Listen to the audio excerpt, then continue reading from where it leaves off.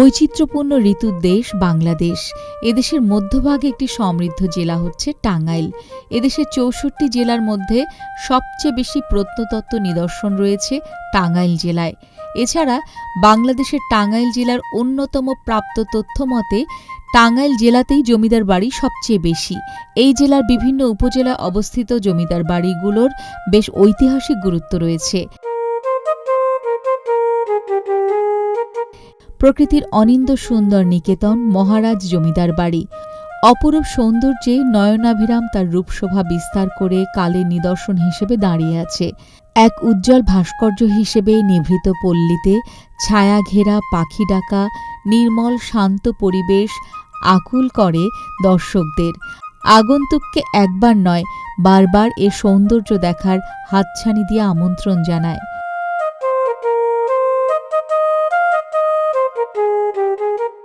এখানকার রকমারি দেশি বিদেশি ফুলের সমাহার, গাছে গাছে সকাল সন্ধ্যায় পাখির কলকাকলিতে সুন্দর পরিবেশ আপনাকে দেবে এক অন্যরকম ভ্রমণানুভূতি। চারদিকে নানা বৈচিত্র্যের ফুলের বর্ণ ও গন্ধের সমারোহ যেন নিবেদিত পুষ্পার্ঘ্য। এক কথায় এটি দৃষ্টিনন্দন জমিদার বাড়ি। ১৯৭১ সালে স্বাধীনতা যুদ্ধের পর পরিত্যক্ত জমিদার বাড়িটি স্বরাষ্ট্র মন্ত্রণালয়ের নির্দেশে পুলিশ ট্রেনিং স্কুল হিসেবে প্রতিষ্ঠিত হয়। আধুনিক এবং যুগোপযোগী করার লক্ষ্যে ১৯৯০ সালে পুলিশ ট্রেনিং স্কুলকে পুলিশ ট্রেনিং সেন্টারে উন্নীত করা হয়। মহারাজ জমিদার বাড়ি খুবই সুন্দর। ১৯৭১ সালে যে যুদ্ধ হয়েছে সেই যুদ্ধের অস্ত্রগুলো এখানে আছে, সেটা দেখার সৌভাগ্য হয়েছে আমাদের। এখানে মিউজিয়াম আছে, তারপর হচ্ছে এখানে পিছনে শিশুদের পার্ক আছে, মানে আর কি ভালো লাগছে এখানে। আপনারাও আসবেন, ভালো লাগবে। রঙিন মাছ দেখছি, অনেকের কোলাহল দেখতেছি, সবাই আসতেছে ঘুরতেছে, ভালো লাগছে, আপনারাও আসবেন। মহারাজ জমিদার বাড়িতে ঘুরতে আসছি, অনেকদিন যাবৎ আসবো করতেছি, আজকে হঠাৎ ছুটির দিন পাইছি, এই জন্য একটু ঘুরে গেলাম। অনেক সময় ঘুরলাম, আমরা প্রায় ২টার দিকে আসছি। এখন মোটামুটি খুব ভালো লাগলো। অনেক পুরানো স্থাপনা আছে, মিউজিয়ামও আছে, অনেক জমিদারের ব্যবহৃত অনেক জিনিসপত্র আমরা দেখে গেলাম। খুব ভালো লাগলো আর কি। পরিবার নিয়ে ঘোরার সুন্দর একটা প্লেস, পরিবেশটাও খুব সুন্দর, নিরাপদ খুব জায়গা একটা আর কি। জমিদার বাড়িটির যথাযথ রক্ষণাবেক্ষণ সহ নতুন স্থাপনা তৈরি করার কারণে পুরনো স্থাপত্যকলার অপরূপ এই জমিদার বাড়িটির সৌন্দর্য শুধু অক্ষত থাকেনি, বরং তা কলেবরেও বৃদ্ধি পেয়েছে। ইতিহাস থেকে জানা যায় ১৮৯০ শতকের পূর্বে জমিদার বাড়িটির পত্তন ঘটে। সাহা পরিবারের ২ ভাই কলকাতায় লবণ ও ডলারের ব্যবসা করে প্রচুর টাকা পয়সা জোগাড় করে চলে আসেন। তারা ১১৭৪ জমির ওপর এই সুবিশাল বাড়িটি নির্মাণ করেন। বাড়ি নির্মাণ করার পর তারা মহেরা এলাকায় প্রভূত উন্নতি করেন। পরে ব্রিটিশ সরকারের জমিদার প্রথা চালু করলে কালীচরণ সাহা ও আনন্দ সাহার ছেলেরা করটিয়ায় ২৪ পরগনাতে জমিদারের কাছে থেকে এটির অংশ বিপুল অর্থের বিনিময়ে কিনে নেয়। তারপর তারা শুরু করেন জমিদারি।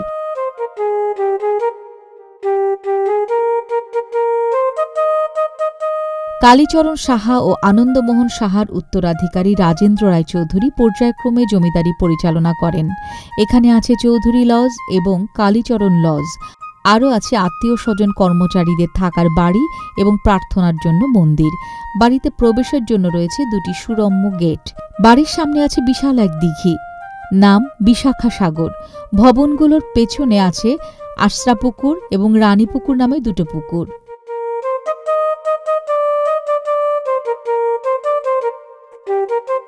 টাঙ্গাইল জেলাতেও যতগুলো জমিদার বাড়ি আছে এর মধ্যে কেবলমাত্র মহেরা জমিদার বাড়িগুলোই সুরক্ষিত আছে।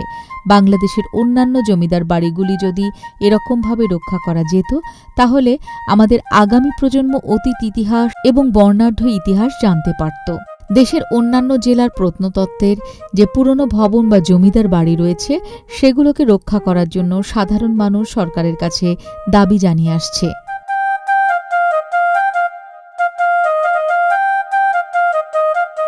মহারাজ জমিদার বাড়ি পূর্বে যা ছিল এখন রক্ষণাবেক্ষণের কারণে তা অনেক সুন্দর আছে।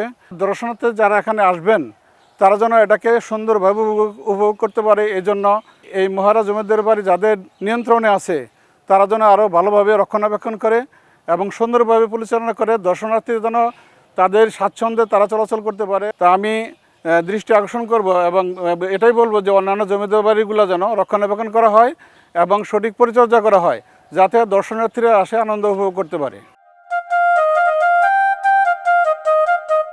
করটিয়া জমিদার বাড়ি এটি টাঙ্গাইল জেলার করটিয়া ইউনিয়নে অবস্থিত একটি ঐতিহাসিক জমিদার বাড়ি। আতিয়ার চাঁদ নামক গ্রন্থ থেকে জানা যায়, আফগান অধিপতি সোলাইমান খান পন্নীর ছেলে বায়জিৎ খান পন্নী ভারত আগমন করেন। তার পুত্র সাইদ খান পন্নী আতিয়ায় বসতি স্থাপন করেন এবং ১৬০৮ খ্রিস্টাব্দে সম্রাট জাহাঙ্গীরের রাজত্বকালে আতিয়ার বিখ্যাত মসজিদ নির্মাণ করেন। এই বংশের ১১তম পুরুষ সাদাত আলী খান পন্নী টাঙ্গাইলের করটিয়ায় এসে পন্নী বংশের ভিত্তি প্রতিষ্ঠা করেন। পন্নী পরিবারের ১৩তম পুরুষ দানবীর জমিদার আতিয়ার চাঁদ হিসেবে খ্যাত ওয়াজেদ আলী খান পন্নী অসহযোগ ও খিলাফত আন্দোলনে অংশগ্রহণ করার কারণে ১৯২১ সালের ১৭ ডিসেম্বর কারা অবরুদ্ধ হন। ব্রিটিশ বিরোধী আন্দোলনে তার অনমনীয় মনোভাব ও দৃঢ় ব্যক্তিত্বের প্রতি শ্রদ্ধা নিদর্শন স্বরূপ আজও লন্ডন মিউজিয়ামে সংরক্ষিত ওয়াজেদ আলী খান পন্নীর তৈলচিত্রের নিচে লেখা রয়েছে, one who defied the British. ১৯২২ সালে জেল থেকে মুক্ত হয়ে তিনি সমাজের শিক্ষা সংস্কারের কাজে আত্মনিয়োগ করেন এবং বাংলার আলিগড় নামে খ্যাত ১৯২৬ সালে করটিয়া সাদাত কলেজ প্রতিষ্ঠা করেন। কলেজের পাশাপাশি তিনি স্থাপন করেন রোকেয়া সিনিয়র মাদ্রাসা, HM ইনস্টিটিউশন এবং দাতব্য চিকিৎসালয় সহ জনকল্যাণকর বহু প্রতিষ্ঠান। এসব প্রতিষ্ঠানের সকল প্রকার ব্যয় নির্বাহের জন্য সমস্ত সম্পত্তি বসতবাড়ি সহ এলাহির উদ্দেশ্যে ১৯২৬ সালে ওয়াকফ দলিলের সৃষ্টি করেন। জমিদার বাড়িটি আছে, এটার মূলত কাগজপত্রে উপাধি হলো ওয়াজেদ আলী খান পন্নী ওয়াকফ এস্টেট করটিয়া।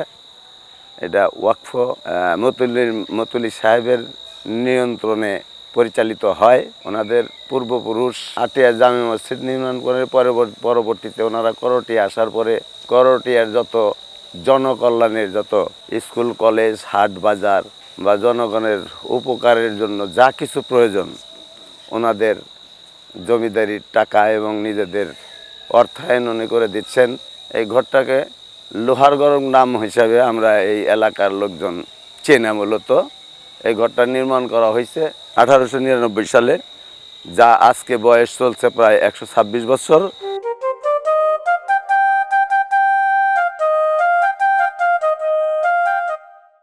ওয়াজেদ আলী খান পন্নী ওরফে চাঁদ মিয়া সাহেবের মৃত্যুর পর তার পুত্র মাসুদ আলী খান পন্নী স্টেটের মতোয়ালি নিযুক্ত হন।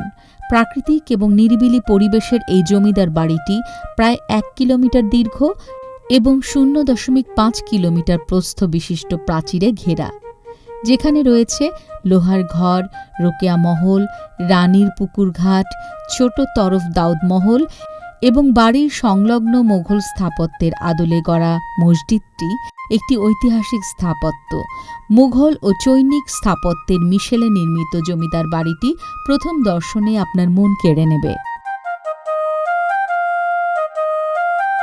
এটা আমাদের এলাকার একটা ঐতিহাসিক স্থান হিসেবে এটা পরিচিত এটা সবার কাছেই।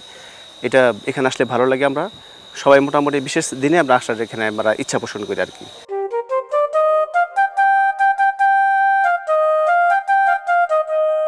মধুপুর বন, হাজার বছরের প্রাচীন মধুপুর শালবন, ম্যানগ্রোভ সুন্দরবন ও চট্টগ্রামের পাহাড়ি বনাঞ্চলের পর বাংলাদেশের তৃতীয় বৃহত্তম প্রাকৃতিক বন মধুপুর শালবন। এ বনকে দেশের মধ্যাঞ্চলের বনভূমি হিসেবে আখ্যায়িত করা হয়ে থাকে। এ বনের বিস্তৃতি গাজীপুর, টাঙ্গাইল, ময়মনসিংহ জেলার অংশ জুড়ে। একসময় রাজধানী ঢাকার কাঁটাবন পর্যন্ত এ বনের সীমানা থাকলেও আজ শুধুই অতীত, বইয়ের পাতায় লেখা ইতিহাস। টাঙ্গাইল ও মোমেনশাহী জেলার অংশটুকু মধুপুর গড় বা শালবন নামে পরিচিত। শাল গাছের শেকড় থেকে গজানো চারা গাছ হয় বলে স্থানীয়রা একে গজারি বন বলে থাকে।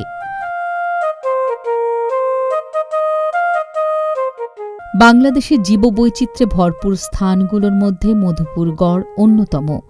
1962 সালে বনের জীববৈচিত্র্য সংরক্ষণের জন্য 1974 সালের বন্যপ্রাণী আইনের আওতায় মধুপুর বনকে জাতীয় উদ্যান হিসেবে ঘোষণা করা হয়।